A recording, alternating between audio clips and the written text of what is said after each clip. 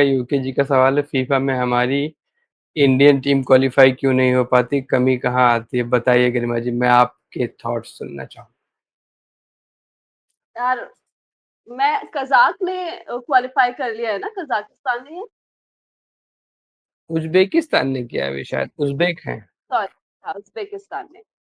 तो मैं हुँ, एक्चुअली एक वो देख रही थी, एक फोटो थी जिसमें लिखा था कि हमारी रैंकिंग उनसे ज्यादा पीछे रही थी कुछ टाइम पहले। 105 और 97 ऐसा ही कुछ था।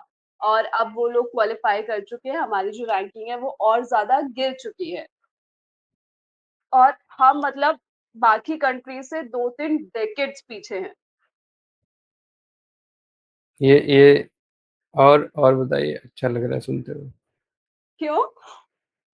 क्योंकि ये मैं पिछले 10 साल से सुन रहा हूँ कि हम 3 डिकेड पीछे हैं, तो 10 साल बाद भी वही हैं हम लोग, तो ये सुनकर बड़ा अच्छा लगा कि और मुझे नीचे तो नहीं गिरे। समझ में नहीं आया कि आपने सुनील छेत्री को वापस क्यों बुलाया?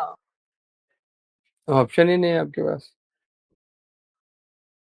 तो अब क्या क्या चीजें बदल गई? आपको लगा था सुनील छेत्री वापस आ जाएंगे तो चीजें बहुत ज्यादा बदल जाएंगी। नहीं, हमारी इज्जत बच जाएगी ना फॉर द टाइम बीइंग, हमको कोई गालियाँ नहीं दे पाएगा कि हम किनसे भी हार जा रहे हैं, किसी से भी हार जा रहे हैं। तो अब हम थाईलैंड से हार गए अरे भाई, जब अभी। सी हम मैं बहुत बड़ी फुटबॉल फैन नहीं हूँ, लेकिन मैं इतना कहती हूँ कि सबको पता है कि हमारी फुटबॉल टीम कैसे खेलती है। और जब भी बेंगलुरु में मैचेस होते हैं तो हर कोई स्टेडियम फुल भर देता है। हम लोग टीवी पे देखते हैं, तो वो सारी चीजें ठीक है। बट डीप डाउन हम सबको पता है कि अगर सुनील छेत्री जाते हैं तो वो चीजें और कहाँ पहुंच जाएंगी। बट आपको वो रिस्क तो लेना पड़ेगा ना, आप इस चीज में तो नहीं बैठे रह सकते ना कि छेत्री आ जाएंगे आपको बार बार वापस बचाने के लिए। छेत्री कैसे बचाएंगे भाई? छेत्री अकेले ये वन मैन टेनिस थोड़ी ना है, अकेले खेल लेंगे वो। और टेनिस में भी डेविस कप होता है तो आपको 5 में से 3 मैच जीतने होते हैं, 2 मैच जीत के आप आगे नहीं जाते हो। तो कुछ है नहीं। और 10 साल से तो मैं 12 साल से सुन रहा हूँ कि हम 1 दशक पीछे हैं बाकी देशों से।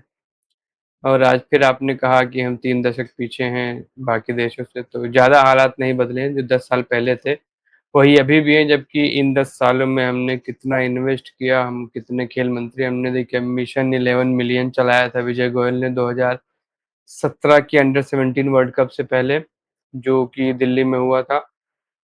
कहा गया था 11 मिलियन बच्चे ग्रास रूट लेवल के लाए जाएंगे जो कि फुटबॉल में हमें आगे बढ़ाएंगे। और कितनी सारी एमओयू साइन हुए, कभी पोर्चुगल से, कभी जर्मनी से, कभी किसी क्लब से, कभी किसी क्लब से।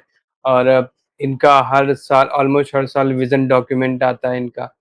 विजन डॉक्यूमेंट में 2014 से देख रहा हूँ, 14 वाला शायद 27 तक के लिए था, फिर 27 वाला शायद और आगे 17 तक के लिए था, 14 वाला 17 तक के लिए था, फिर 20-25। अब इनका जो सबसे लेटेस्ट फुटबॉल वाला विजन है वो 2050 है, 2056 तक इन्होंने लक्ष्य रखा है वर्ल्ड कप के लिए क्वालिफाई करने का।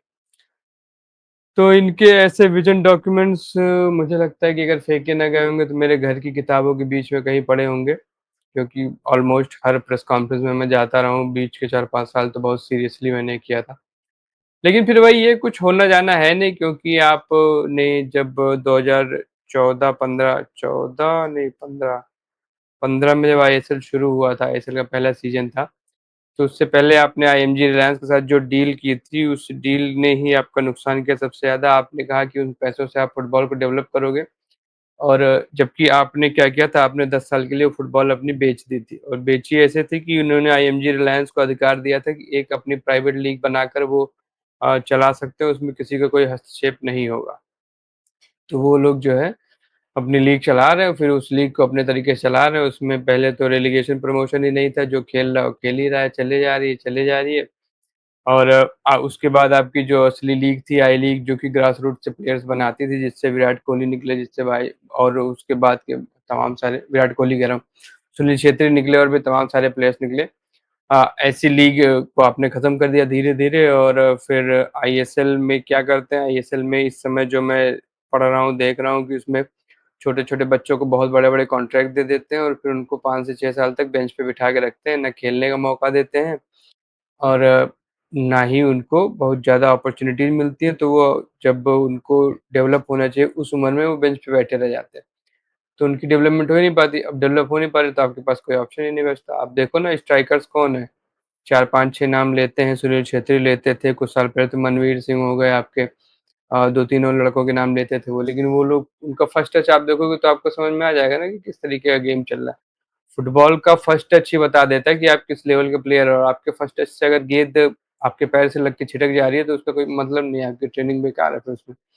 और फर्स्ट टच बेकार है, आप डिफेंड नहीं कर पाते हो, आप ओपन नेट में गोल नहीं मार पाते हो, आपके आप चाहते हो लॉन्ग बॉल्स खेल खेल के आगे निकल जाएं, आपकी एवरेज हाइट 5 सवा 5 फुट है, 5.5 फुट है, और उसमें आप लॉन्ग बॉल्स खेलना चाहते हो, तो बेसिक्स ही नहीं क्लियर है। और जो भी कोच आता है वो पता नहीं क्या करता है। और अभी पिछले कोच जो थे हमारे क्रोएशिया के, उन्होंने कितना बवाल काटा लेकिन कुछ हुआ नहीं।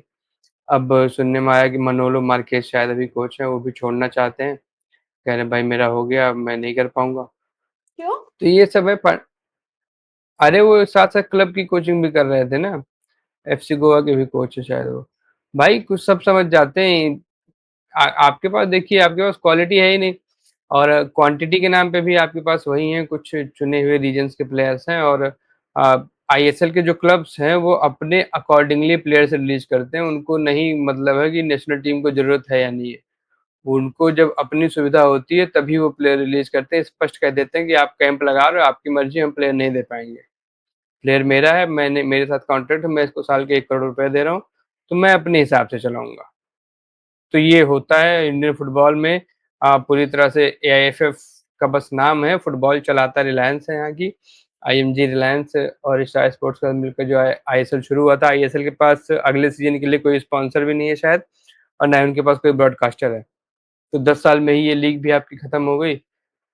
तो बेसिकली गड्ढे में जा रही है इंडियन फुटबॉल, लगातार जा रही है।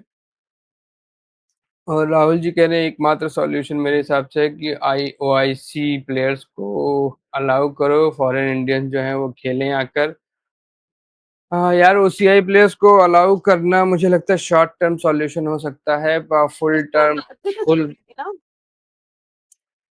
नहीं अलाउ करेंगे, और कर भी देंगे तो कोई सेंस नहीं बनता ना कि ओसीआई को आप कर दोगे तो पूरी आपकी फुटबॉल जो होगी वो उन्हीं के भरोसे हो जाएगी ना। प्रॉब्लम तो है कि आपके पास फुटबॉल में क्वालिटी ही नहीं है, आपकी वो क्वालिटी बेटर कैसे हो सकती है? ग्रास रूट लेवल पे अच्छा काम करो, एज ग्रुप लेवल पे टीम्स बनाओ।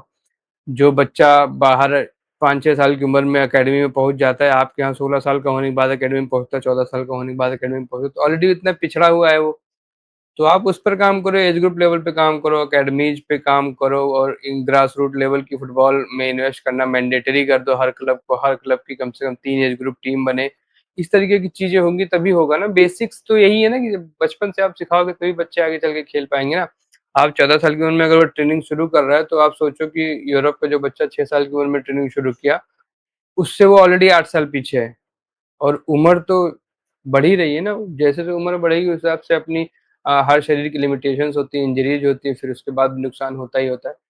तो बेसिक्स ही क्लियर करने होंगे सबसे पहले। तो मुकेश जी कह रहे हैं कि हमारी टीम फुटबॉल वर्ल्ड कप नहीं खेलती है तो देश को क्या नुकसान होगा, चीन जापान की टीम क्रिकेट नहीं खेलती तो उनको क्या फर्क पड़ता है? बताइए गरिमा जी, है कोई जवाब आपके पास?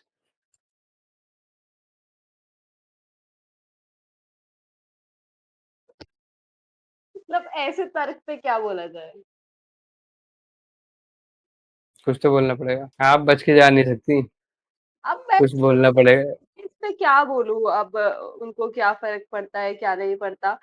मैं कहीं ये चीज सुन रही थी कि शायद चाइना भी मतलब बेस्ट कोचेस हायर वायर करके और तमाम चीजें बढ़ने आगे बढ़ने की कोशिश कर रहा है। तो ऐसा नहीं है कि वो किस चीज में? अदर दी स्पोर्ट्स क्रिकेट और बाकी सब जिसमें उन्हें मतलब मोस्टली तो क्रिकेट ही है, बाकी तो उनका स्विमिंग में देख लो, बाकी रैकेट स्पोर्ट्स देख लो। ओलंपिक्स में तो चाइना हमसे बहुत आगे है भाई, उसकी तो हम बराबरी भी नहीं कर पाएंगे, मुझे नहीं लगता इस जन्म में नहीं कर पाएंगे हम लोग बराबरी।